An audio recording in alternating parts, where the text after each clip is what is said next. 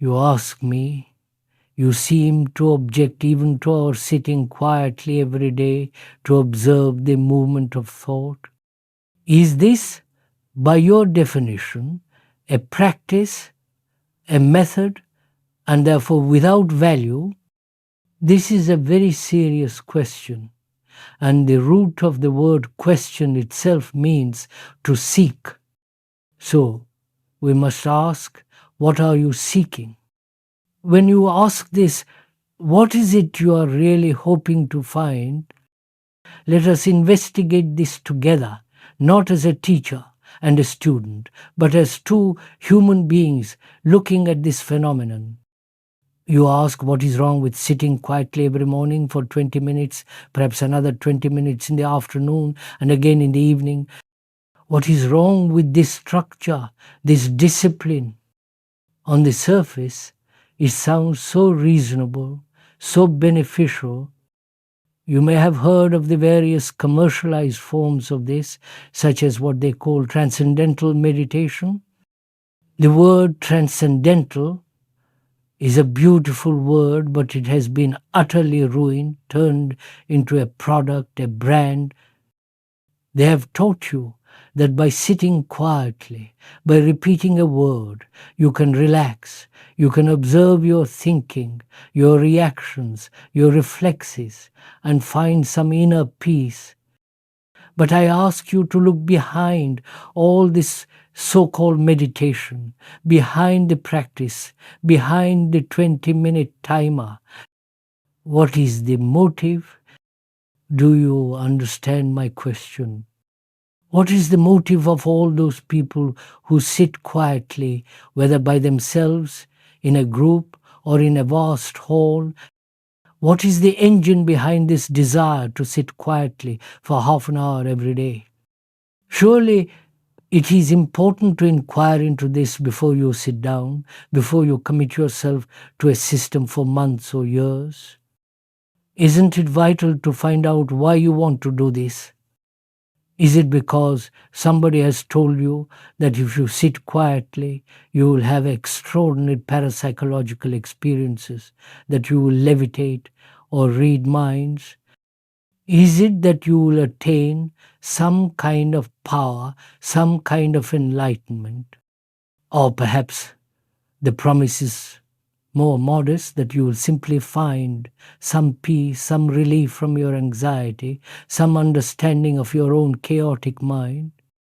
And we, being rather gullible, being so eager for a solution, pay thousands of dollars or francs or pounds to receive these instructions, to be given a mantra so that we can repeat it. I know people who have spent fortunes, truly fortunes, to pay a man who will give them something in return, especially a Sanskrit word which is so much more romantic, isn't it, than simply saying Coca-Cola over and over again. You have paid something and you have received something in return. It is a business transaction. But what is the motive behind it? If you go into it, if you dare to ask yourself honestly why you are doing this, what do you find? Is it for a reward, not a financial one, but a deep psychological reward? Is it that by sitting quietly, you hope to attain some kind of super consciousness? Or is it that you simply want that which has been promised by your instructor, your guru, your meditation app? Isn't it important, before we plunge into this vast and often deceptive business, to find out what it is you truly want? But you see, we don't do that. We are so eager, so desperate for an answer, so steeped in our own loneliness and fear, that when somebody promises us something, we want it, and we want it now.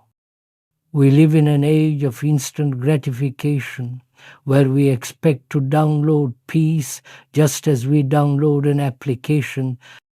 We follow the spiritual influencer, hoping their 5-step method will solve the ancient ache of being human. Now, if you Examine that motive. What is it? It is a desire to achieve something. It is the same energy as the businessman whose desire is to earn a lot of money. That is his urge, his drive. Here, the psychological urge is to have something, to attain a state, to become peaceful, to get enlightenment, which you think the other man, the guru, the instructor, the author possesses and can give to you. And because you want it so badly, you don't question what he promises. You don't doubt, you don't dare to ask him, have you achieved this? Do you actually levitate? Do you live in this state of perpetual bliss you are selling me? Of course, if you do ask, they have clever answers. They might say, I'm too old for that kind of stuff, or I have done it and now I'm here to teach you. They pass it off. But if you genuinely question the man who is offering you something, if you ask, is what you say true? Is it worthwhile? And fundamentally, who are you to tell me what to do? Then you will find something extraordinary. You will find that sitting quietly with a motive, with the desire to achieve, to gain, to arrive, leads to all kinds of illusory psychological troubles. I have met dozens and dozens of such people, people who have practiced for 10, 20 years. And gradually, they have become mentally unbalanced, slightly neurotic, because they have created a terrible conflict within themselves. They have built a new cage of discipline and they are trapped within it. Please do not accept my word for this. You can see it for yourself if you are doing it. You can see the tension, the rigidity, the faint air of superiority, the brittleness of a mind that is holding itself in a pattern. So, if that is the intention of sitting quietly, if the motive is to get, to achieve, to become, then it isn't worth it. Naturally, it is just another form of self-deception, another layer of illusion, another way to avoid facing what is. But what if it is possible to sit quietly, or to stand, or to walk with absolutely no motive? The very word motive implies movement, a power to move, an urge pushing you from one point, which is what I am, to another point, which is what I want to be. So, when you are walking quietly by yourself, or perhaps with somebody, and there is no goal, no spiritual destination you are trying to reach, you can actually see the trees. You can watch the birds and the rivers. You can observe the mountains and the extraordinary way the sunshine falls on the leaves. And in the very watching of all that external beauty, there is also the quiet, effortless watching of yourself, not with striving, not with this tremendous, exhausting effort to achieve something, but just a simple awareness. I know that for those of you who are already committed to all this, to the other kind of meditation, you will find it awfully hard to throw it off. You find it difficult because your mind is already conditioned. You have practiced this thing for several years, perhaps 5, 10 years, and you are stuck in that groove. Your brain has been trained, like a soldier, to follow a routine. And then somebody like me comes along and says, look, this is all nonsense. This is just a transaction, a mechanical habit. Perhaps at a rare moment you become rational, you see the logic, and you say to yourself, yes, perhaps this is wrong. My motive has been to gain, and this has brought me nothing but a new pattern. And then the trouble begins, doesn't it? A new conflict is born. This is the conflict between what you have found for yourself to be wrong and what you have been practicing, what you have invested in for the last 5 or 10 years. You have the guru's picture on your wall, you have paid the money, you have identified yourself as a meditator, and now you're torn. And this new struggle, this new battle between the old habit and the new realization, this is what you call spiritual progress. You understand all these? You have simply substituted one conflict for another, and you measure your growth by the intensity of the fight. So let us go deeper. If you have observed the mind is always chattering, isn't this a fact? It is always pursuing one thought or another, jumping from one set of sensory responses to another series of reactions. It is planning, remembering, regretting, anticipating, worrying. The brain is always active, talking endlessly about nothing, whether you are in a crowded room or sitting quietly in your meditation corner. This is so. If you observe your own mind, this is what is happening. And so, seeing this chaos, what is your first mechanical reaction? You say, I must stop that chattering. I must have peace.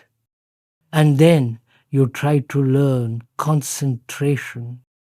You try to force the mind to be quiet, to focus on a single point, on your breath, on a word.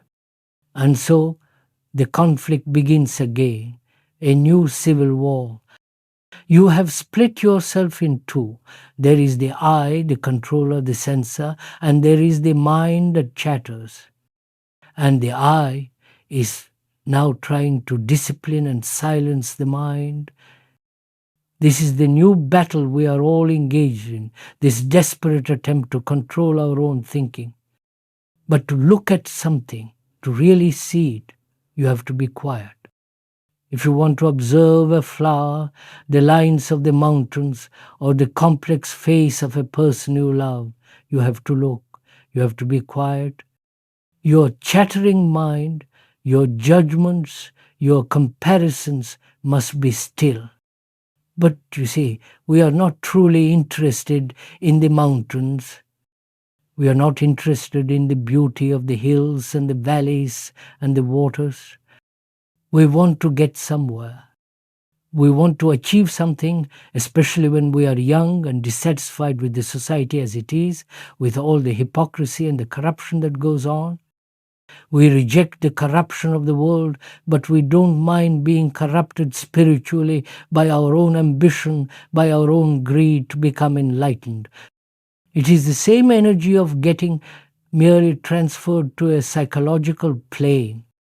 So, is it not possible to be quiet, simply, naturally, to look at a person, or to listen to a song, or to listen to what somebody is saying quietly, without resistance, without immediately saying, I must change, or I must do this, or I must not do that, just to be quiet?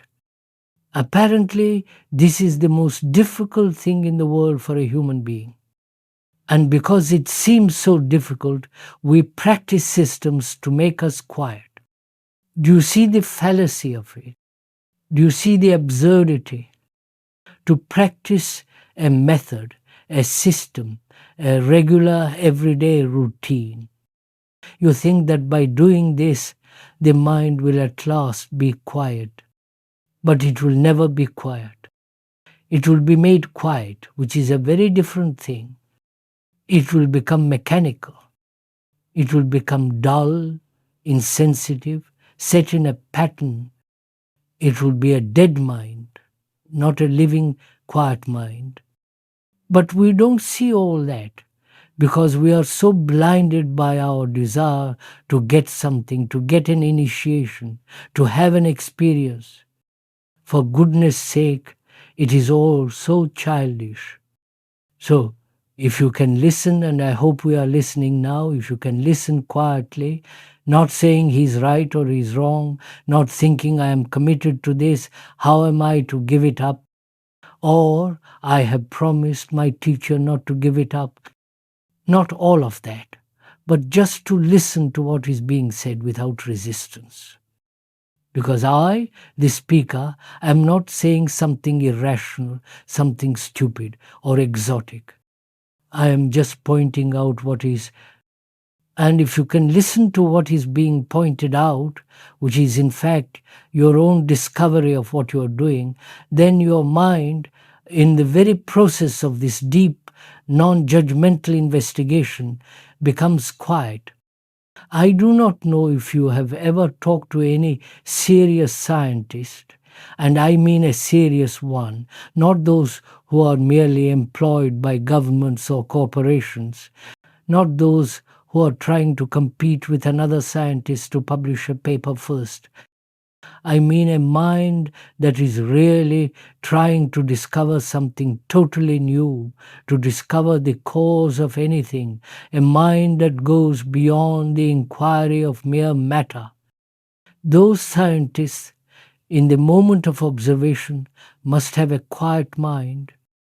While they are observing, investigating, looking through the microscope, their own biases, their own ambitions, their own conclusions must be silent, or they will not see what is new. So, can we, ordinary people, with all our troubles and turmoils and anxieties, be quiet? Can we listen to all the promptings and movements of our own minds? You may say, it appears most difficult, but it is not. If you are interested in something, you are naturally attentive. If you are watching a dangerous snake, you are completely attentive. Your whole mind is quiet and sharp. But you see, we say, I am bored with myself, and so we want a toy, a system, a method to entertain us. Therefore, it is possible to sit or stand or walk quietly without any promptings from another, without any promise of reward, and without desiring extraordinary, superphysical sensory experiences. Begin at the most rational level, for goodness sake. Begin by understanding your own motive.